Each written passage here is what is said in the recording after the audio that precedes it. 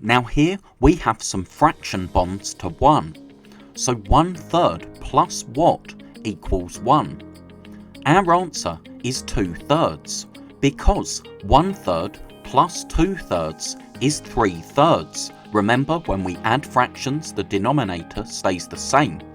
And 3/3 is the same as 1 because when you have a fraction with the same numerator and denominator you have 1 whole. So 1/8 plus what is 1?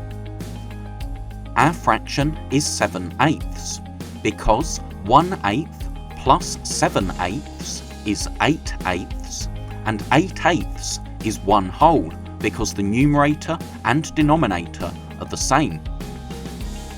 5/6 plus what is 1? Our missing fraction is 1/6 because 5/6 plus 1/6 is 6/6 and 6/6 is equal to 1. Now 2/5 plus what is 1?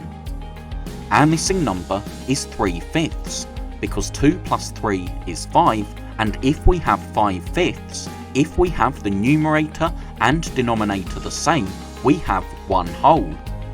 And you can probably spot the pattern here. If we add the numerators in this question, 1 plus 2 is the same as the denominator. 1 plus 7 is 8, 5 plus 1 is 6, and 2 plus 3 is 5. Thank you so much for watching. I really hope that was helpful.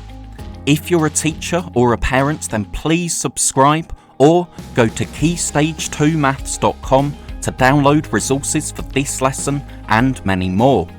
That's all for now. I'll see you in the next video.